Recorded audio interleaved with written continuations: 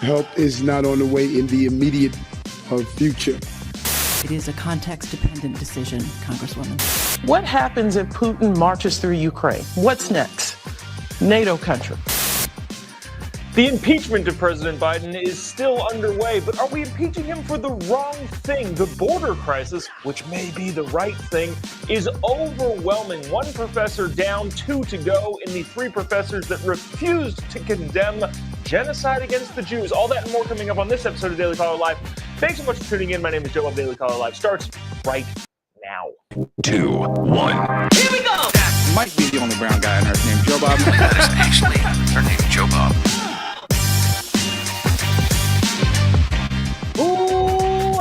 From the dingy bunker that is completely and totally and utterly cut off from the outside world, except for you fine. My name is Jobob. This is Daily Caller Live. Thanks so much for tuning in. On today, it is Monday, December 11th, the year of our Lord 2023. A lot to get to. Of course, probably everybody's been following the impeachment inquiry into President Biden. I have some thoughts that we'll get to. And also, remember last week when we played the horrible testimony of 3 of the presidents of Penn, MIT, and Harvard, the quote-unquote elite universities of our country? Well, there are only 2 of them that are still employed, possibly going to be more in the near coming future. But first, I want to talk about this. Well, not first, but we talked about this at the very beginning, so it's not entirely a jump in topic. But President Biden, the impeachment inquiry in the House is continuing to go on, I believe, under James Comer, Congressman R. Texas. But here's what is fascinating about this. In the last week, a bunch of stuff has come out to kind of blunt the impeachment inquiry. And what I mean to say is, all of the stuff that the impeachment inquiry is seeking to find out turns out will probably come out in the new Hunter Biden indictments. So then the question is, should the impeachment inquiry into the president regarding his dealings outside of his official duties and capacities, his making money on the side, so to speak, should that impeachment inquiry continue? I would probably say, at this point in time, not the best idea. And here's why. Last week, Thursday evening, Friday morning, whichever, we didn't do a show on Friday, but it came out that Hunter Biden was being indicted on a bunch of tax charges. Why is he being indicted on tax charges? Well, because he didn't pay his taxes. And instead of paying his federal government taxes like you or I should or have to, he instead spent all that money on partying, hookers and blow and trucks and all of this crazy stuff. Now, why does that have an impact on whether or not Joe Biden should be impeached for his outside dealings while also being a political powerhouse in the United States of America? Well, because the reason that Hunter Biden is even under investigation as a tax cheat is because he made a ton of money that he didn't report. So by default, a lot of that is going to come out in this indictment of Hunter Biden. If and when this goes to trial, we are going to see all of it. Now, everybody that probably watches this show already has seen all of it. But what I think this does is forces the mainstream media, the legacy media, the network channels to all pay attention to it. And what that does is effectively everything that the impeachment inquiry is trying to do. In other words, and in summation here, the indictment of Hunter Biden is going to prove what we all already know, that Hunter Biden was making shady deals with shady companies and countries around the world because of his name specifically and only, which obviously ties Joe Biden to that. It's going to force the mainstream media, the legacy news, to all cover this story as they would have had to do if the impeachment inquiry were to continue to go on. If they have to cover all of it, that means more people are going to know about it. More people knowing about it are going to continue the caving of Joe Biden poll numbers. Now you have to ask the question, why then would Republicans want to get in the way of that? Is it smart, given the fact that Hunter Biden's indictment is going to release all of this stuff into the broader light, is it smart for Republicans to also try to do the same thing? Or should they step back, get out of the way, and watch the administration implode over something that his own Justice Department is doing to his own son. I would vote for the latter. Do I think Joe Biden is not fit to run for office because of all of the back deal, shady dealings that he did with his son Hunter? Obviously. Yes. Yes, I do. But if it's coming to light in a way where Republicans can kind of just sit back and go, hey, this is a real trial brought forth by his own Justice Department on his own son, and watch the American people take that information and go, oh, this is something that we didn't know, even though a lot of us already knew it. Should Republicans continue their efforts to try and impeach the guy over the very kind of the same thing? Or should they back off and go, yeah, we're going to let you implode on your own? If your enemy is punching themselves in the face repeatedly and constantly, who are you to stop them? Which is exactly what the Biden administration is doing to themselves at the moment. And so, because of those reasons, I think we are impeaching Joe Biden, or the impeachment inquiry into Joe Biden is looking at the wrong thing. I think there are several other reasons why you need to impeach Joe Biden, and we'll get to that in just a second. But a little bit about the Hunter Biden indictments. Not that we haven't said this before, but Hunter Biden has two options here. He did have a drug problem, which is sad. Nobody wants a drug problem. Nobody wants to have their loved one have to deal with a drug problem. But at the same time, he was getting paid gazoogables? I don't even know. Gazillions and oogles is the two words that I tried to combine there that obviously didn't work. Ended up in gazoogables. What are we doing? Gazillions of dollars and oogles of cash Hunter Biden was bringing in. And he either has to say in this particular indictment that, I'm really, really good at what I do. And therefore, that's why I'm worth all of this money. But then the reckless spending because he's a drug addict doesn't really make sense. Okay, so hold on. You're a super smart, intelligent guy that did all of these things?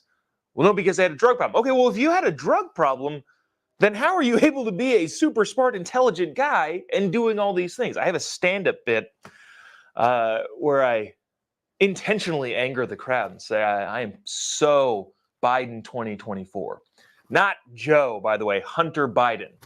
And then list all of the accolades that Hunter Biden has. He is a North African land development manager. He is a Chinese financier. He is an Eastern European oil executive. He is a world-class painter. And he's done all of this while high on cocaine, banging hookers. And that seems to be the conundrum that Hunter Biden is in. He's either the most intelligent individual on the face of the earth, which garners so much money from all of these different entities around the world because he's just such a smart guy, or he's a drug addict that can't figure anything out. In both cases, his argument as to why he didn't pay his taxes or why he was being paid so much money don't line up. And he's in for a pretty rough time, I think, with this new indictment. Which kind of goes back to the further point, is if the Biden administration is getting punched in the face repeatedly by Hunter, who are Republicans to stop them from doing so? And so for that reason, I think the impeachment inquiry into the president is not the best idea to move forward with, at least on this particular topic. Now, this is not the only topic, obviously, that Joe Biden is would be worth impeachment of the president of the United States. One of those topics, I think, is the border. Now, there's a whole different situation, if you will, going on with this. Republicans, let's just say hypothetically, do I think they should just get out of the way and let Joe Biden punch himself in the face regarding Hunter? Probably, especially considering the indictment. But on the border of many issues, I think it actually would be worth them impeaching the president. Now, here's the problem. What if they succeed?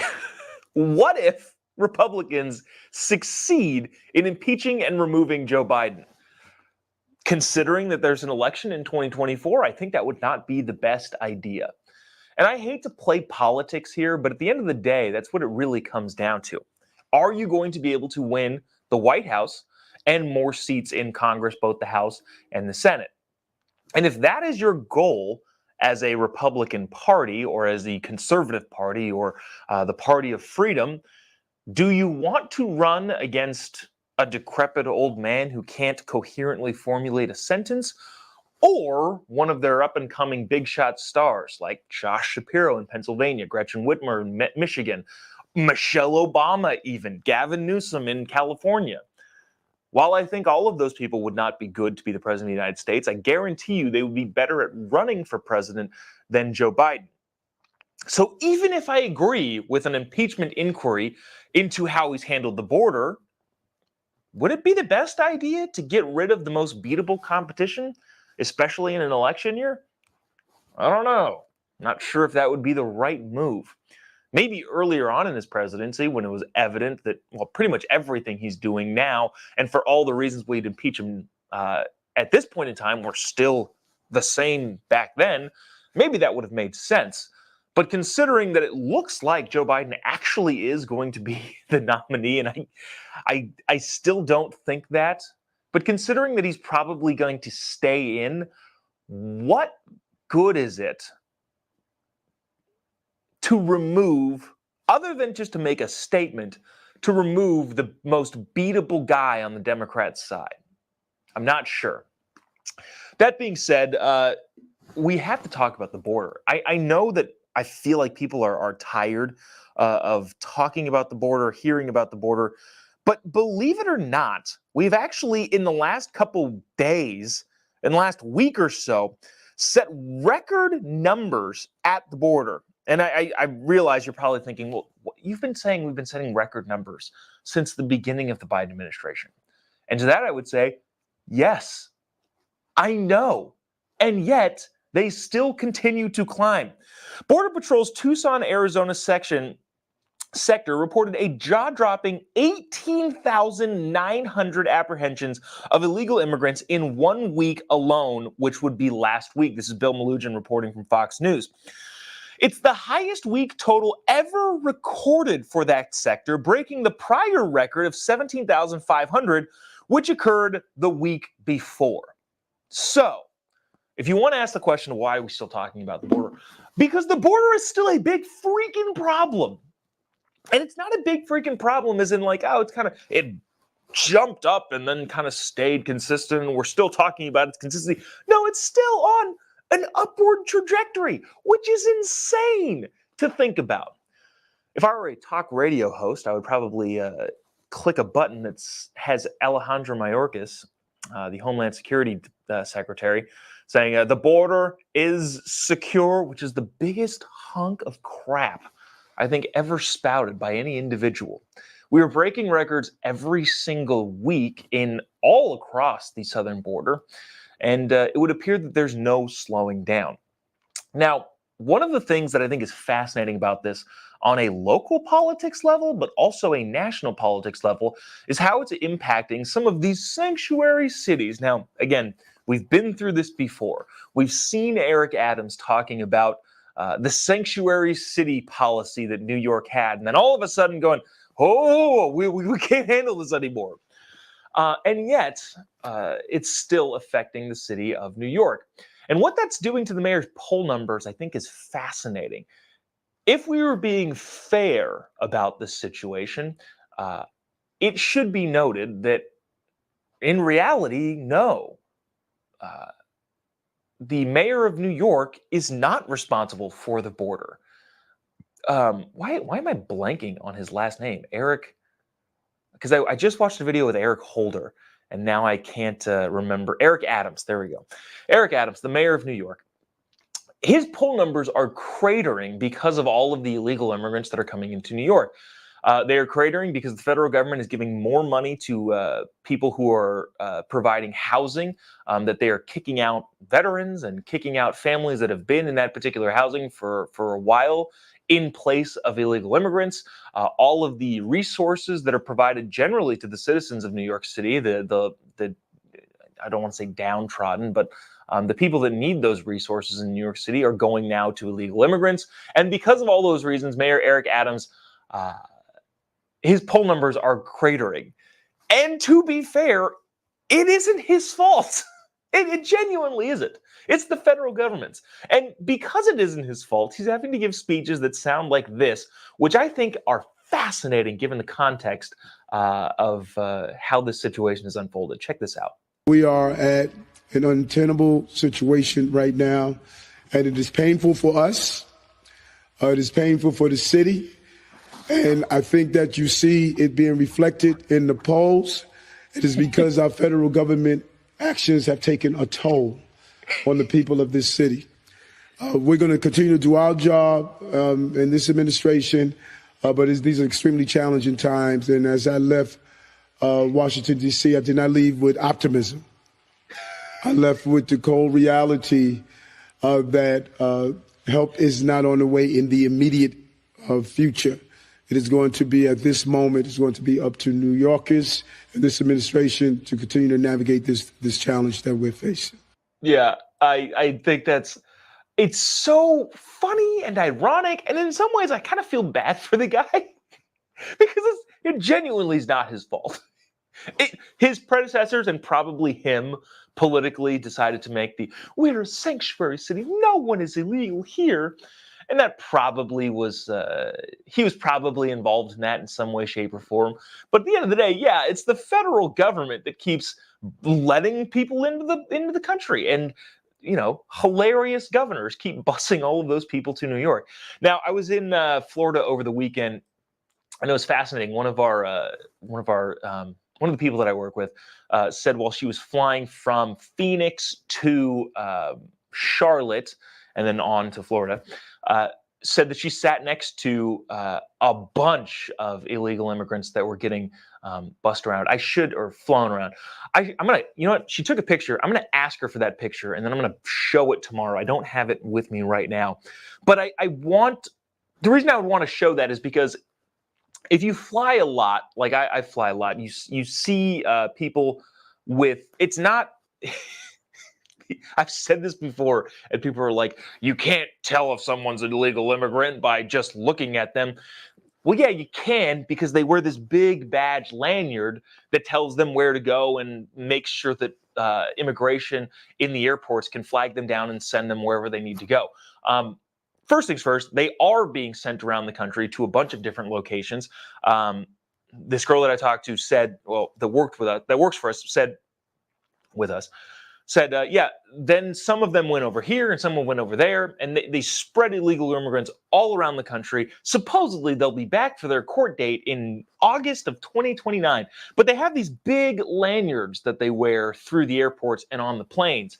And the only reason why I'd want to show a picture of that is for you, if you are traveling with your family over the holidays somewhere, maybe you've got an open borders type person in your family. The only reason I would want to show you that is so that you could point all of the people out to them saying, look, all of these people are here now. I think the numbers are if all of the illegal immigrants in this country were to form their own state, it would be the 11th most populated state in the country. And if people don't know about that and don't see that as a problem, they should. And if pointing out how many people there are here in airports to, somebody who's wishy-washy on the issue would help them solidify their holy cow, this is terrible attitude, then so be it. But I want to move on to this because holy cow, we're moving and grooving, but also not so much.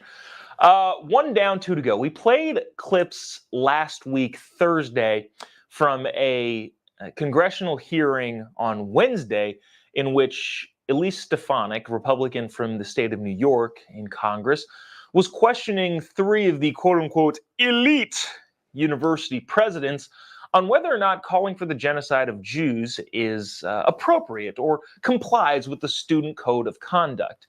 Now, I'm going to replay this one video of, what's this lady's name? McGill. I forget what her first name is, but President McGill, now former President McGill of Penn State University. I think, right? Penn University, whatever, Penn. I always forget. She's from Penn, but I can never remember if that's Penn State or University of Penn, and it doesn't matter because I don't care about these universities and their elite status. But regardless, president of Penn, no longer former president. This is what got her her former status. Watch this. Ms. McGill, at Penn, does calling for the genocide of Jews violate Penn's rules or code of conduct? Yes or no? If the speech turns into conduct, it can be harassment. Yes. I am asking specifically calling for the genocide of Jews. Does that constitute bullying or harassment? If it is directed and severe or pervasive, it is harassment. So the answer is yes. It is a context-dependent decision, Congresswoman. It's a context-dependent decision. That's your testimony today. Calling for the genocide of Jews is depending upon the context. That is not bullying or harassment. This is the easiest question to answer yes, Ms. McGill. So is your testimony that you will not answer yes? If it if the yes speech or becomes no? if the speech becomes conduct, it can be harassment. Yes. Conduct meaning committing the act of genocide? The speech is not harassment? This is unacceptable, Ms. McGill. I'm going to give you one more opportunity for the world to see your answer. Does calling for the genocide of Jews violate Penn's code of conduct when it comes to bullying and harassment? Yes or no? It can be harassment. The answer is yes. How'd you like the little smirk there that we screen grabbed and put there? Actually, it's more like where. Let me find that specific. There we go. The little smirk of Liz McGill of the University of Pennsylvania. Yes, I guess it could be harassment. That was on Wednesday. She issued a lengthy apology on Thursday, in which a lot of people took exception to her apology as a whole. And I see you in the comment section saying, "How dare you confuse University of Pennsylvania with Penn State?" I'm sorry. Again, it's early in the morning. But on Saturday, this came out. A message to the Penn community. I write this to share that President Liz McGill has voluntarily tendered her resignation as president of the University of Pennsylvania. She will remain a tenured faculty member at Penn Carey Law, which I think is a whole other problem, but she's no longer the president. On behalf of the Penn community, I want to thank yada, yada, yada, yada. In the coming days, we wish to share the interim leadership at Penn. The president has agreed to stay on until an interim president has been appointed.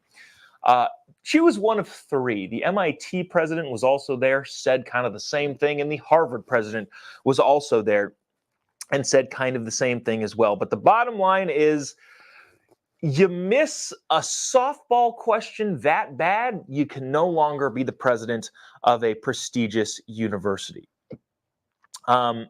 Which is, I don't know. I don't know if this is cancel culture or just recognizing, hey, some people got put into their jobs who are unfit to be in their jobs. Not because of the positions they hold, but because they are too dumb to competently do the job they have at hand. Which brings us to this. And Karen, oops, you're ahead of me. Karen, frequent correspondent, says Harvard president may have plagiarized. One of the presidents also in the mix in that scandal, if you call it that, is the Harvard president also, Claudine Gay, who also just waffled on one of the easiest questions. Hey, is calling for the mass killing of a sizable group on your campus, is that against your code of conduct? Well, it depends on the context of which no, just yes. Yeah, you can't threaten people on college campuses with physical violence. And yet the Harvard president waffled on that, which put her under the microscope. If you're running for president, what do they call it? You get your time in the barrel. where everybody's ganging up on you. Apparently that happens when you make this big of a blunder on this big of a stage. Claudine Gay, the president of Harvard University, one is now being put under the gun, metaphorically speaking, with the Harvard board. They met on Saturday, Sunday, and I believe are also convening today. That's according to Bill Ackman, who is a financier, New York billionaire guy who is very, very harsh on this sort of stuff. Go follow him if you want any updates on this situation. He's been great to follow here. But wow, I've lost my train of thought. Oh yeah, the Harvard board has been meeting whether or not to remove her from office, which has also then allowed a bunch of other people to hop on the bandwagon of criticizing Claudine Gay, or at least not trying to dig stuff up, bringing things to light that wouldn't have otherwise been brought to light had she answered the question decisively, including this. This is Chris Rufo, and I'll tell you this because I think Chris Rufo is great, but I know that there are a lot of people who are not big fans of Chris Rufo. And so to qualify that, I'll say this, Bill Ackman, not a conservative by any stretch of the imagination. In response to what I'm about to read, you said, he's asked senior members of the Harvard faculty to examine the below allegations of plagiarism against President Gay. The faculty member found them to be credible. So, in other words, not a conservative guy who's been on this, Bill Ackman, said, yeah, this has merit. Chris Rufo says that he's obtained documentation demonstrating the Harvard president, Claudine Gay, plagiarized multiple sections of her PhD thesis, which would violate Harvard's policy on academic integrity. First, Gay fits an entire. This is we're going into what she actually did here, and this is a fantastic thread from Chris Rufo. I'll retweet this. First, Gay lifts an entire paragraph, nearly verbatim, from a paper that from Lawrence Bobo and Franklin Gillum, while passing it off as her own paraphrase. Her own paraphrase and language. This is a direct violation of Harvard policy. When you paraphrase, your task is to distill the source's ideas in your own words. It's not enough to change a few words here and there and leave the rest. Instead, you must completely restate the idea of the passage in your own words. If your own language is too close to the original, then you are plagiarizing, even if you do provide a citation. That is the Harvard rule on plagiarism. Rufo goes on. Gay repeats this violation of Harvard's policy throughout the documentation, again using from Bobo and Gilliam, as well as passages from Richard Shingles, Susan Howell, and Deborah Fagan. Fagan. I think I'm pronouncing that right, which she reproduces nearly verbatim without quotation marks. Again, would constitute as plagiarism. Second, and I think this is great, because the person that she plagiarized in this particular instance, Carol Swain, who you may know is on our side of things. I've interviewed Carol a couple times for TPUSA.